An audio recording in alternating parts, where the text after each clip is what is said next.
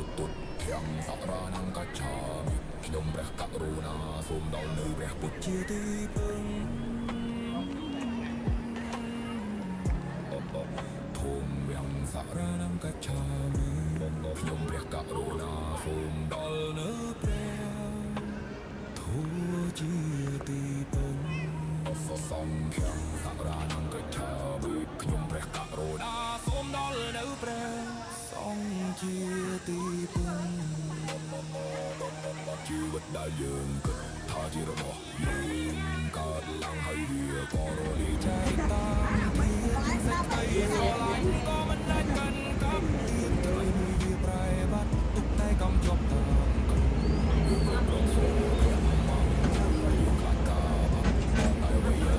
នៅលើលោកនេះប៉ុន្តែជាការប្រព្រឹត្តទៅតាមកម្មអនិច្ចំមានន័យមិនទៀងទុកខំជីវិតមិនអាចជាវាសេចក្តីឈឺអនត្តា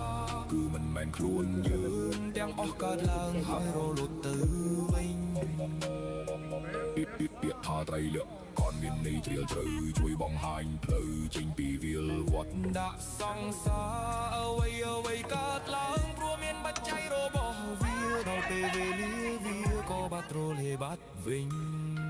អនិច្ចំរាងកាយនេះមិនទៀងមែនពិតទុកខំក្នុងមួយជីវិតបាយស្បាយតោះជាឈឺអនត្តាទាំង30ปีមិនមែនជារបស់នៃយើងទាំងអស់កើតហើយយើងអមដោយកម្មបើយើងយល់ពិតចិត្តនឹងស្ងប់ស្ងាត់លែងចង់កាន់កាប់លែងខ្លាចការបាត់បង់អនិច្ចំឡើងទៅលើទៅការពើកម្លាំងជីវិតនេះមិនទៀងមែនពិតខំធ្វើចិត្តឲ្យប្រៃខ្លាយជាសុទ្ធអនត្តាមិនមែនខ្លួនគិតថាលែងមានណាញ់គិតតែមិនឲ្យចេញយើងមិនជួបតែសេចក្តីសុខជីវិតតាទៅចិត្តដល់ស្ងប់ហើយបំភ្លេចទុកចោលទៅ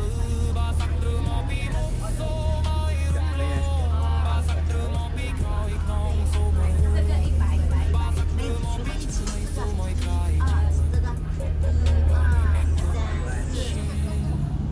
សូមឲ្យបានសុខ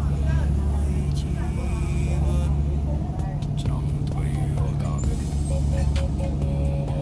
ឲ្យបានជោគជ័យ